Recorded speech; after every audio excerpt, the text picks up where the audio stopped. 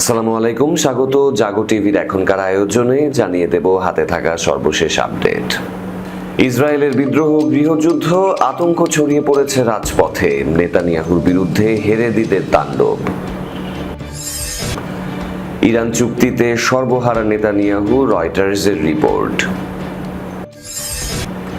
ইরানের পক্ষে যুদ্ধে নামতো চীন, রাশিয়া, তুরস্ক। আমি ওদের থামিয়েছি, ট্রাম্পের দাবি ঘিরে তোলপাড়। ইরান যুদ্ধ নিয়ে রিপাবলিকান সিনেটরের সাথে ট্রাম্পের তুমুল বাকবিতণ্ডা।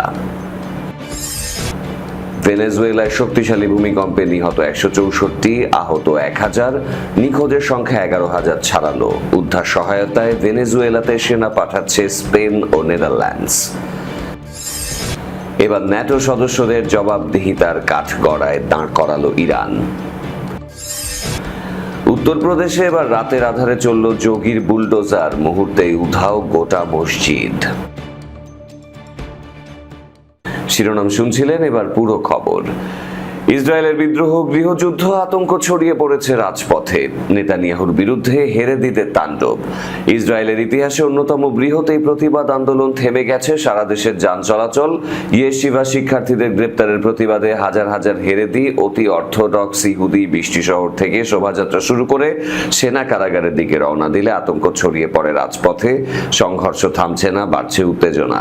ইসরায়েলের বিরোধী দলীয় নেতা এভদিগর লিবারম্যান সতর্ক করে দিয়েছেন, প্রধানমন্ত্রী নেতানিয়াহু ক্ষমতার লোভে দেশকে গৃহযুদ্ধের দিকে ঠেলে দিচ্ছেন। বিকেল থেকে শুরু হওয়া এই প্রতিবাদে অংশ নেওয়ার কথা ছিল প্রায় 2500 গাড়ির। যথেষ্ট হয়েছে, পবিত্র গ্রন্থ তোরার পথ ছাড়া কোনো পথ নেই।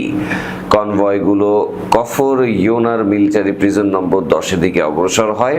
প্রতিবাদকারীদের দাবি, সম্প্রতি ইয়েশিভা শিক্ষার্থীদের গ্রেপ্তার ও সামরিক চাকরির ড্রাফট ফাঁকি দেওয়ার অভিযোগে তাদের বিরুদ্ধে আইনি ব্যবস্থা নেওয়া হচ্ছে। হেরেদি সম্প্রদায় মনে করে তোরা শিক্ষাই তাদের প্রধান কর্তব্য, তাই সামরিক চাকরি থেকে তারা অব্যাহতি চায়। অন্যদিকে কফর ইয়োনার মেয়র অ্যালবার্ট তাইব ঘোষণা দিয়েছেন, তিনি নিজে মানবপ্রাচীর তৈরি করে কনভয়গুলোকে শহরে প্রবেশ করতে বাধা দেবেন। তবে প্রতিবাদ ছড়িয়ে পড়ে আরাদ শহরে। সেখানে হেরেদি ও ধর্মনিরপেক্ষ বাসিন্দাদের মধ্যে সংঘর্ষ বাধে। একজন নারী অভিযোগ করেন, ইসরায়েলের পতাকা হাতে বিক্ষোভ করতে গিয়ে হেরেদিদের হাতে তার হাত ভেঙে দেয়া হয়। গুর সম্প্রদায় রাব্বি মর্দেখাই চাইম ওয়াকিভিলিটস শান্তির আহ্বান জানিয়ে বলেছেন, উত্তেজনা এড়াতে হবে। খবর বিশ্লেষণে দেখা যাচ্ছে, এই সংকটের রাজনৈতিক পটভূমি অত্যন্ত জটিল। নেতানিয়াহুর জোট সরকার টিকে আছে হেরেদি দলগুলোর সমর্থনে, আর তার বিনিময়ে তারা চাচ্ছে ড্রাফট ফাঁকিদের বিরুদ্ধে আইনি ব্যবস্থা প্রত্যাহার ও ছাড়পত্র। দ্য জেরুজালেম পোস্টের এক মতামতে নেতানিয়াহুর এই কৌশলকে পচা দরবার বলে অভিহিত করেছে, যেখানে যুদ্ধের ময়দানে সেনারা প্রাণ দিচ্ছে, অন্যদিকে হেরেদিরা রাষ্ট্র সম্পদ ভোগ করছে অথচ কর্তব্য পালন করছে না। গৃহযুদ্ধের আশঙ্কা নিয়ে লিবারম্যান বলছেন, পুলিশ অফিসারকে ভিড়ের সামনে প্রাণ ভিক্ষা করতে দেখা জাতীয় অপমান। তিনি সতর্ক করে দিয়েছেন, নেতানিয়াহু গৃহযুদ্ধের দিকে দেশকে ঠেলে দিচ্ছেন যাতে ক্ষমতায় টিকে থাকা যায়। হেরেদি রাবি মোশে মায়া বলেছেন, পথ অবরোধ করা চুরির শামিল, কিন্তু ড্রাফট ফাঁকিদের গ্রেপ্তারের প্রতিবাদ করা কর্তব্য। অন্যদিকে লিকুদ ও ইউটিজের নেতারা ধর্মীয় জায়োনিস্টদের বিরুদ্ধে হেরেদিদের প্রতি বিশ্বাসঘাতকতার অভিযোগ এনেছেন। এই প্রতিবাদ ইসরায়েলি সমাজের গভীর বিভাজনকে আরো প্রকট করে তুলল। একটি বিশাল জনগোষ্ঠী রাষ্ট্রের মৌলিক দায়িত্ব পালন করতে অস্বীকার করছে, অপরদিকে যুদ্ধের কারণে বাড়তি সেনা প্রয়োজনীয়তা নিয়ে সরকারি মহল চিন্তিত। আগামী অক্টোবরের নির্বাচনের আগে এই অগ্নি পরীক্ষা নেতানিয়াহু সরকারের জন্য চরম চ্যালেঞ্জ হয়ে দাঁড়াবে, নাকি এই বিদ্রোহী হবে তার পতনের দাগ, তা হয়তো সময়ই বলে দেবে। ইরান চুক্তিতে সর্বহারা নেতানিয়াহু, রয়টার্সের প্রতিবেদন। যুক্তরাষ্ট্র ইরানের মধ্যে যুদ্ধবিরতি চুক্তি মধ্যপ্রাচ্যের রাজনীতিতে নতুন সমীকরণ তৈরি করেছে। দীর্ঘদিন ধরে ইরান মোকাবিলায় যুক্তরাষ্ট্রের সবচেয়ে নির্ভরযোগ্য অংশীদার হিসেবে নিজেকে প্রতিষ্ঠিত করেছিলেন ইসরায়েলি প্রধানমন্ত্রী বেনিয়ামিন নেতানিয়াহু। তবে ওয়াশিংটনকে নিজের ইচ্ছামতো পরিচালনা করার তার সেই দাপুটে রাজনৈতিক ভাবমূর্তি সম্পূর্ণ ভেঙে দিয়েছে এই চুক্তি। বিশ্লেষকদের মতে, মার্কিন ইরান শান্তি চুক্তির ফলে সবচেয়ে বড় রাজনৈতিক বিপর্যয়ের মুখে পড়েছেন নেতানিয়াহু। নেতানিয়াহুর বিশ্বাস ছিল তিনি যুক্তরাষ্ট্রের উপর কার্যকর প্রভাব খাটিয়ে ইসরায়েলের স্বার্থ রক্ষা করতে পারবেন। রিপাবলিকান পার্টির সাথে ঘনিষ্ঠ সম্পর্ক গড়ে তুলে তিনি বারবার বলে এসেছেন, তেহরানকে নিয়ন্ত্রণে রাখতে হলে অব্যাহত সামরিক চাপ ছাড়া কোনো বিকল্প নেই। মার্কিন কূটনীতিকরা তাকে আমেরিকান হুইসপারার বলেও অভিহিত করতেন, কারণ তিনি এমন একজন নেতা হিসেবে পরিচিত ছিলেন যিনি সরাসরি ওয়াশিংটনের নীতি নির্ধারণী পর্যায়ে প্রভাব ফেলতে পারতেন। অন্য কোনো ইসরায়েলি প্রধানমন্ত্রী নেতানিয়াহুর মতো এতবার মার্কিন কংগ্রেসে ভাষণ দেননি বা মার্কিন রাজনৈতিক অঙ্গনে এত দীর্ঘস্থায়ী প্রভাব গড়ে তুলতে পারেননি। যুক্তরাষ্ট্রে তার অবস্থান ছিল দৃঢ়। তবে বিশ্লেষকদের মতে ফেব্রুয়ারিতে ইরানের বিরুদ্ধে শুরু হওয়া যুক্তরাষ্ট্র ইসরায়েলের যুদ্ধের অবসান ঘটাতে ওয়াশিংটন ও তেহরানের মধ্যে হওয়া সাম্প্রতিক সমঝোতা সেই পুরনো ধারণাকে উল্টে দিয়েছে। এখন আর নেতানিয়াহু যুক্তরাষ্ট্রের ইরান নীতি নির্ধারণ করছেন না, বরং তাকে ওয়াশিংটনের সিদ্ধান্তই মেনে নিতে হচ্ছে। এক প্রকার তার উপর জোর করেই চাপিয়ে দেওয়া হচ্ছে। মার্কিন প্রেসিডেন্ট ডোনাল্ড ট্রাম্প এমন একটি সমঝোতার পথে এগোচ্ছেন যেখানে ইসরায়েলের আপত্তিগুলোকে ক্রমশ বাধা হিসেবে দেখা হচ্ছে। সাবেক মার্কিন কর্মকর্তা ডেনিস রস বলেছেন, দেশের ভেতরেও নেতানিয়াহু কঠিন অবস্থায় রয়েছেন। একদিকে ট্রাম্প প্রশাসন যুদ্ধ শেষ করতে চায়, অন্যদিকে নেতানিয়াহুর রাজনৈতিক সমর্থকরা বিশেষ করে লেবানন ইস্যুতে কোনো ধরনের ছাড় দিতে রাজি নয়। ফলে তিনি এমন এক পরিস্থিতিতে পড়েছেন যেখানে সেনা প্রত্যাহার করলে রাজনৈতিক ক্ষতির ঝুঁকি রয়েছে এবং সামরিক অভিযান বাড়ালে ওয়াশিংটনের সাথে সংঘাতের আশঙ্কা তৈরি হবে। ইরানের পক্ষে যুদ্ধে নামতো চীন, রাশিয়া, তুরস্ক, আমি ওদের থামিয়েছি বললেন ট্রাম্প। যুক্তরাষ্ট্রের প্রেসিডেন্ট ডোনাল্ড ট্রাম্পের দাবি, তুরস্কের প্রেসিডেন্ট রিসেপ তাইপ এরদোয়ান ইরানের পক্ষে যুদ্ধে জড়িয়ে পড়ার অন্যতম সম্ভাব্য নেতা ছিলেন। তবে তার অনুরোধে এরদোয়ান সংঘাতে জড়াননি। একই সাথে ট্রাম্প দাবি করেছেন চীনের প্রেসিডেন্ট শি জিনপিং এবং রাশিয়ার প্রেসিডেন্ট ভ্লাদিমির পুতিনও তার আহ্বানে সংঘাতে জড়াননি। ইসরায়েলি সংবাদ মাধ্যম ওয়াইনেট নিউজের খবরে বলা হয়েছে, স্থানীয় সময় গতকাল বুধবার সন্ধ্যায় হোয়াইট হাউসে ন্যাটোর মহাসচিব মার্ক রুটের সাথে বৈঠকের সময় এসব মন্তব্য করেন ট্রাম্প। এক তুর্কি সাংবাদিক তার সম্ভাব্য আঙ্কারা সফর এবং তার ভাষায় ভালো বন্ধু এরদোয়ান ও তুরস্কের জনগণের উদ্দেশ্যে বার্তা জানাতে চাইলে জবাবে তিনি এসব কথা বলেন। ট্রাম্প বলেন, আমি তাকে পছন্দ করি, তিনি আমার বন্ধু এবং তিনি ইরানের সাথে যুদ্ধের সময় তাতে জড়াননি। তিনি ইরানের পক্ষে যুদ্ধে জড়িয়ে পড়ার অন্যতম সম্ভাব্য প্রার্থী ছিলেন, এমনকি হয়তো ইরানের পক্ষেও যেতে পারতেন, কারণ তিনি ইসরায়েলের খুব বড় ভক্ত নন। আমি তাকে এতে না জড়াতে বলেছিলাম এবং তিনি বাইরে ছিলেন। নিজের বক্তব্যে ট্রাম্প কূটনৈতিক যোগাযোগকে বড় আঞ্চলিক সংঘাত ঠেকানোর কার্যকর উপায় হিসেবে তুলে ধরেন। তিনি ইঙ্গিত দেন, উত্তেজনা কমানোর ক্ষেত্রে তার ব্যক্তিগত ভূমিকাও ছিল গুরুত্বপূর্ণ। এ মাসের শুরুতে ট্রাম্প বলেছিলেন, তিনি যতদিন প্রেসিডেন্ট থাকবেন ততদিন ইসরায়েল ও তুরস্কের মধ্যে কোনো সংঘাত হবে না। এবারও সেই অবস্থানের পুনরাবৃত্তি করে তিনি জানিয়েছেন, এরদোয়ানকে তিনি সরাসরি সংঘাত থেকে দূরে থাকতে বলেছিলেন এবং তার দাবি অনুযায়ী তুর্কি প্রেসিডেন্ট তা মেনে চলেছেন। এরদোয়ান প্রসঙ্গে ট্রাম্প আরো বলেন, তিনি বাইরে ছিলেন। এরদোয়ান একজন দুর্দান্ত নেতা, খুব শক্তিশালী মানুষ এবং তার একটি খুব ভালো সামরিক বাহিনী আছে। আমি তাকে এতে না জড়াতে বলেছিলাম এবং তিনি সেটিই করেছেন। তবে শুধু তুরস্ক নয়, আরো কয়েকটি বড় শক্তিকেও তিনি সংঘাতের বাইরে রাখতে ভূমিকা রেখেছেন বলে দাবি করেন ট্রাম্প। তিনি বলেন, আর জানেন কে অসাধারণ ছিলেন? চীনা প্রেসিডেন্ট শি জিনপিং। তিনিও এতে জড়াতে পারতেন। ওই অঞ্চল থেকে তিনি তার তেলের অর্ধেক পান। বুঝতেই পারছেন কেন তিনি এতে জড়াতে চাইতে পারেন। আমি তাকে অনুরোধ করেছিলাম, দয়া করে এতে জড়াবেন না, আর তিনি জড়াননি। আমরা ভালো কাজ করেছি। পরে ট্রাম্প রাশিয়ার প্রেসিডেন্ট ভ্লাদিমির পুতিনের কথা উল্লেখ করেন। তিনি বলেন, এবং শি জিনপিংও তাই করেছেন। সত্যি বলতে, যদি ভালো করে দেখেন, পুতিনও তা করেছেন। যদিও বলা যায় ভ্লাদিমিরের মনোযোগ দেওয়ার মতো অন্য বিষয় আছে, কিন্তু তারা সবাই বাইরে ছিলেন। বিষয়টা বেশ বিস্ময়কর ছিল, মানুষও অবাক হয়েছিল। ইরান যুদ্ধ নিয়ে রিপাবলিকান সিনেটরের সাথে ট্রাম্পের তুমুল বাকবিতণ্ডা। ইরান যুদ্ধ নিয়ে নিজের রিপাবলিকান দলের আইন প্রণেতাদের সাথে এক রুদ্ধদ্বার বৈঠকে তীব্র সমালোচনার মুখে পড়েছিলেন যুক্তরাষ্ট্রের প্রেসিডেন্ট ডোনাল্ড ট্রাম্প। এই বৈঠকের পরপরই যুদ্ধের খরচ মেটাতে কংগ্রেসের কাছে আরো কয়েক হাজার কোটি ডলার দাবি করেছে তার প্রশাসন। রয়টার্স জানিয়েছে, বুধবার ওয়াশিংটনে এই উত্তপ্ত বাদানুবাদের ঘটনা ঘটে। বৈঠকে উপস্থিত কয়েকজন রিপাবলিকান সদস্য জানিয়েছেন, সিনেটর বিল ক্যাসিডির সাথে ট্রাম্পের তীব্র চেঁচামেচি ও বিতণ্ডা হয়। ক্যাসিডি বলেন, গত সপ্তাহে ইরানের সাথে ট্রাম্প যে রূপরেখা চুক্তি স্বাক্ষর করেছেন তা নিয়ে প্রশাসনের ব্যাখ্যা দেওয়া প্রয়োজন, কারণ এই চুক্তিতে ইরানকে আর্থিক প্রণোদনা দেওয়ার প্রতিশ্রুতি দেয়া হলেও যুদ্ধের শুরুতে ট্রাম্প যেসব লক্ষ্য নির্ধারণ করেছিলেন তা পূরণে ব্যর্থ হয়েছে। ক্যাসিডি সাংবাদিকদের বলেন, আমাদের যা জানানো হচ্ছে মার্কিন জনগণের তার চেয়ে বেশি কিছু জানা দরকার। আমাদের যা বলা হয়েছিল, যুদ্ধ যেভাবে চলার কথা পরিস্থিতি সেভাবে চলছে বলে মনে হচ্ছে না। পরবর্তীতে প্রেসিডেন্টকে সন্তুষ্ট করার প্রচেষ্টায় রিপাবলিকান সেনেট নেতারা ইরানের সাথে যুদ্ধ অবসানের একটি প্রস্তাব আটকে দিতে গভীর রাতে ভোটাভুটির আয়োজন করেন। মে মাসে পাশ হওয়া যুদ্ধ ক্ষমতা সংক্রান্ত এই প্রস্তাবটি 50-47 ভোটে আটকে দেয় সেনেট। ভোটের পর ট্রাম্প সামাজিক যোগাযোগ মাধ্যমে বলেছেন, এই ভোট ইরানকে সতর্ক বার্তা দিল।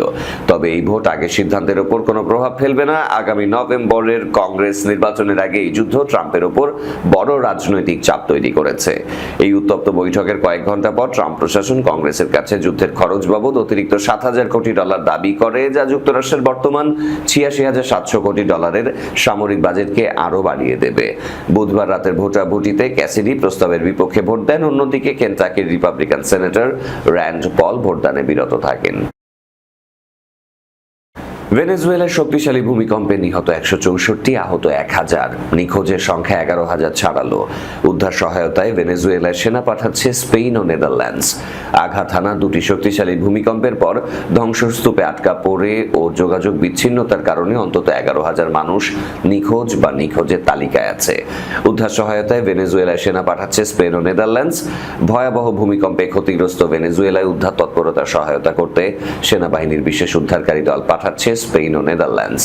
স্পেনের প্রতিরক্ষা মন্ত্রণালয় জানিয়েছে, দেশটির সেনাবাহিনীর জরুরি পরিস্থিতি মোকাবিলা ইউনিটের 54 জন সদস্য উদ্ধার অভিযানে অংশ নিতে প্রস্তুত রয়েছেন। বৃহস্পতিবার 25 জুন সামাজিক যোগাযোগ মাধ্যম এক্সে দেয়া এক বিবৃতিতে মন্ত্রণালয় জানিয়েছে, এই বিশেষ দলটিতে প্রশিক্ষিত অনুসন্ধানী কুকুরের পাশাপাশি উদ্ধার কাজে ব্যবহৃত অত্যাধুনিক সরঞ্জাম রয়েছে। এর মধ্যে ধ্বংসস্তূপের নিচে আটকে পড়া মানুষ শনাক্ত করতে সক্ষম উদ্ধার ক্যামেরা ও ভূকম্পন শনাক্তকারী যন্ত্র জিওফোন অন্তর্ভুক্ত রয়েছে। অন্যদিকে নেদারল্যান্ডস ও ভেনেজুয়েলায় একটি বিশেষ উদ্ধারকারী দল পাঠানোর ঘোষণা দিয়েছে। দেশটি এই লক্ষ্যে প্রায় 20 লাখ ইউরো বরাদ্দ করেছে। ডাচ সরকারের পরিকল্পনা অনুযায়ী উদ্ধারকর্মী এবং প্রয়োজনীয় উদ্ধার সরঞ্জাম দ্রুত ভেনেজুয়েলায় মোতায়েন করা হবে। উল্লেখ্য, শক্তিশালী ভূমিকম্পের পর ভেনেজুয়েলায় বিভিন্ন এলাকায় ব্যাপক ক্ষয়ক্ষতি ও মানবিক সংকট দেখা দিয়েছে। ধ্বংসস্তূপের নিচে আটকে পড়াদের উদ্ধারে সময়ের সাথে পাল্লা দিয়ে কাজ চালিয়ে যাচ্ছেন উদ্ধারকারীরা।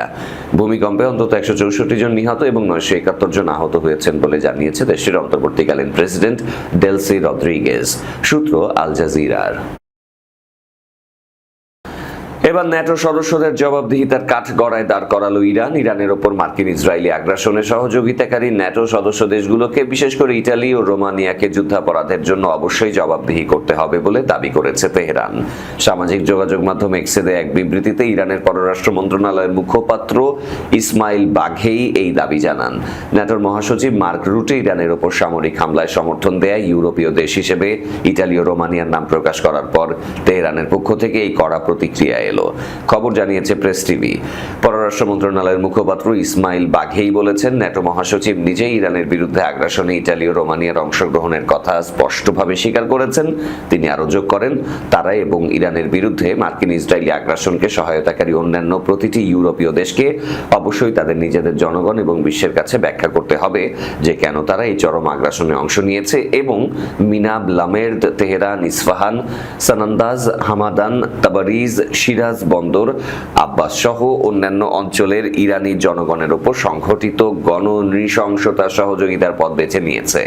ফক্স নিউজকে দেয়া এক সাক্ষাৎকারে ন্যাটো মহাসচিব রুটে বলেছেন, রোম গোপনে ইটালির ঘাঁটিগুলো থেকে 500টি মার্কিন বিমান উড্ডয়নের অনুমতি দিয়েছিল। অন্যদিকে রোমানি ইরানের ওপর মার্কিন হামলা সহজতর করার জন্য বুখারেস্ট থেকে বাণিজ্যিক ফ্লাইটগুলো সীমিত করেছিল। বাঘেই রুটের এই মন্তব্যকে আন্তর্জাতিক আইন ও জাতিসংঘ সনদের চরম লঙ্ঘন হিসেবে অভিহিত করে বলেন, এটি একটি সার্বভৌম জাতিসংঘ সদস্য রাষ্ট্রের বিরুদ্ধে বেআইনি আগ্রাসনের এক স্পষ্ট এবং অকাট্য স্বীকারোক্তি।